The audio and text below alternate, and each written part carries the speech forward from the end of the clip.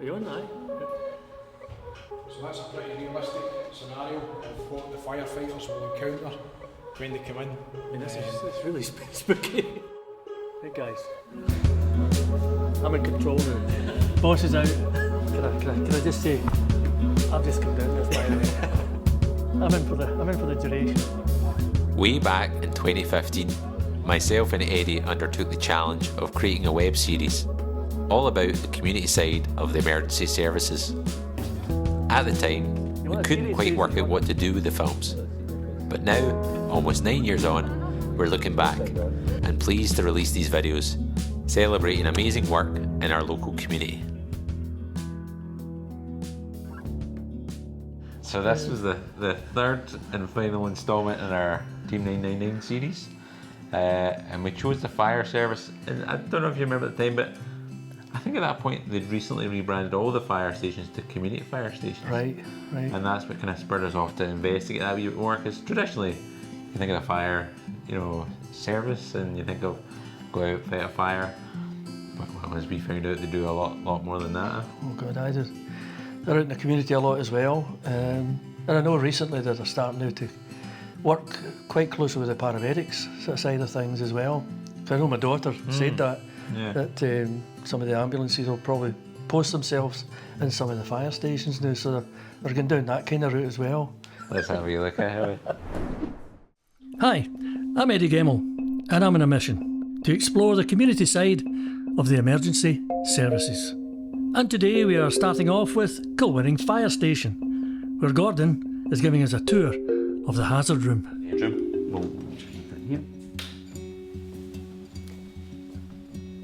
It's set up as a bedroom. Looks like my daughter's bedroom.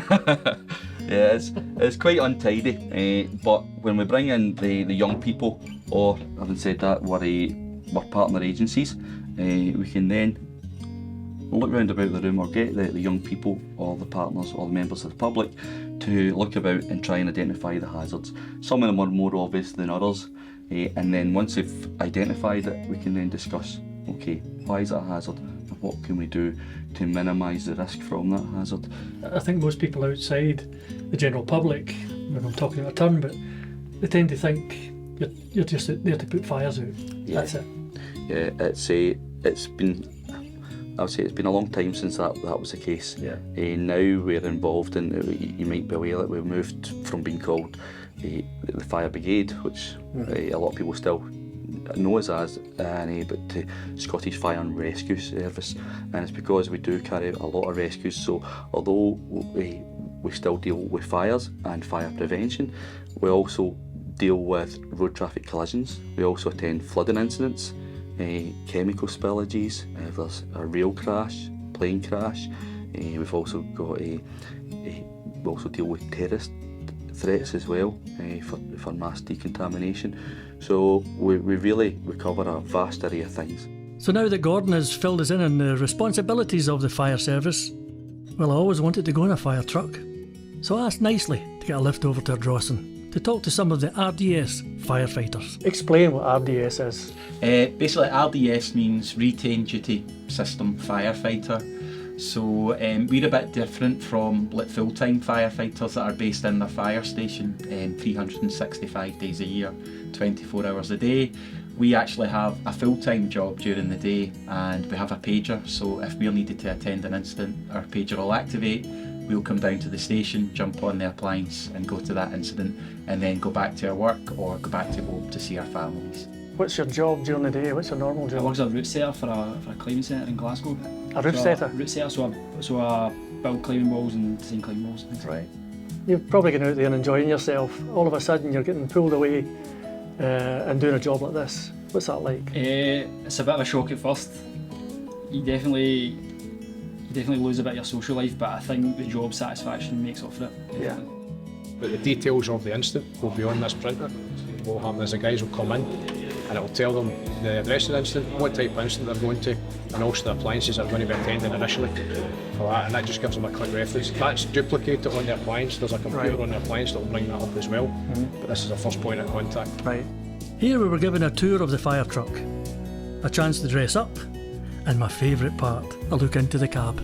The kids love that, don't they? Pressing the button and away goes the siren and the lights. Do you want a demonstration? Talk to yourself. Would you like to see it? Yeah. Do you want me to go up and Yeah, I'll show you. right, lag it up this? My wee short legs. Just flick off that one there. And then flick it up. That's your arms. Yeah, especially as tonight you've been concentrating on the RDS, which is an important part with the community, because the crews are primarily from the local community, with an understanding from the local businesses that will be released in times that they're required to come and support the whole time. But it's very important to realise as well that we do have our whole time side of it, which is basically the firefighters who are based in fire stations throughout Scotland, 24 hours a day, 7 days a week, 365 days of the year, and respond to any incident that we have within Scotland. But the important of it as well with the RDS is that they have that important backup to the whole time station. So when we are needing extra crews, then these people are here to come along and augment what we have, and also to provide that service to the local communities. And now we have found out more about the RDS crew, we are now moving over to Kilmarnock Fire Station, where the cadets are running drills. It's not very clear here, but what you'll see here as well is out the back. Kilmarnock's probably one of the most advanced, well, it is the most advanced training section that we've got within the area. Alright, so we have the tower that we can use for higher reaches, but within there as well, we're incorporated that we can use the breathing apparatus chambers, and we can use the stuff for working on the roofs as well. When we joined the cadets, they were practicing setting up ladders. The cadets were also training on the response to car crashes. The training teaches the cadets how to safely remove the roof off vehicles. And the cadets must also learn how to extract the driver from a damaged car using a stretcher. After we watched the cadets for a while, Greg took us over to the tower, where we learned how firefighters navigate in rooms with low vision. On a left-hand search or right is that hand goes on the wall. So if we're on a right-hand search, one of the crew will always be on the wall in physical contact with the wall. They never ever come off the wall. And your number two would be in the middle of the room, and we'll sweep the room. So in a crew of two, all the way around, which is fine if it's a big square room, but what you might find is that there's other doors. So you relate that back to either houses that you're all familiar with, or larger commercial premises. So we have to have those procedures in place. It is very much that you can't see that in front of you, and they need to be doing certain procedures to protect themselves. So it will be dark, it will be smoky, and the normal persons will be trying to go out while the firefighters are trying to come in. But they need to carry out those procedures. So we need to train the guys, we need to train the crews, and this is how we do it. We bring them into purpose-built buildings like this to allow them to hone their skills at all times. So it will be dark, they won't be doing it with a light on. It'll be dark, they'll have their breathing apparatus and all their kit on, so they will get hot and sweaty as well. So, and we can introduce smoke. We have facilities to bring the smoke in and smoke up, artificial smoke, and smoke up the building as well to make it more realistic for them. Do you want me to put the lights out and just to give you Aye, you could. as long as you just stand still? Yeah, okay. Alright. You could just do a pattern, then you just stand still, zoom around your face. Are you on? Are you on? Aye. Yeah. So that's a pretty realistic scenario of what the firefighters will encounter when they come in. I mean, this is it's really spooky. So you could think that 2 minutes ago the lights were on and you knew exactly what was in this room, and now can I ask you what's in the far corner, and do you know where the far corner is? No, no, you can't. I mean, It's totally different, and that's without the smoke, and that's without the heat, and without the noise of the crackling of the fire. and you're wearing equipment. And you're wearing equipment and you're dragging a hose through the building, and if you're unfortunate enough to find a casualty, then you're dragging the casualty out as well. So it's arduous, warm, and hence the reason we need to be physically fit to do that.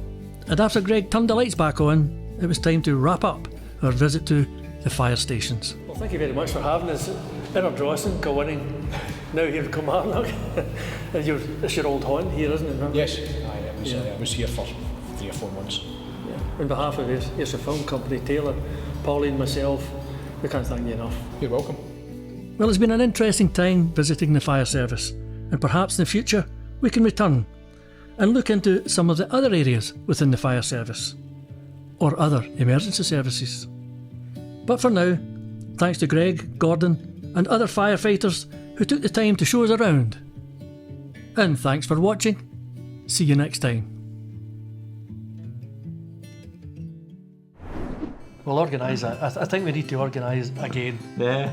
and visit all 3 services, including the paramedics this time. That would be good, yeah. Visit them all and do a full programme on them. I think it'd be great. Same as that, just do it similar to that, Yeah. but find out a bit more. Aye. Maybe get a bit more involved, get dressed up, wear the gear. That's it. 10 years later. Another 10 years. Let's go for it. Aye. I'm up for it. You know what I'm like.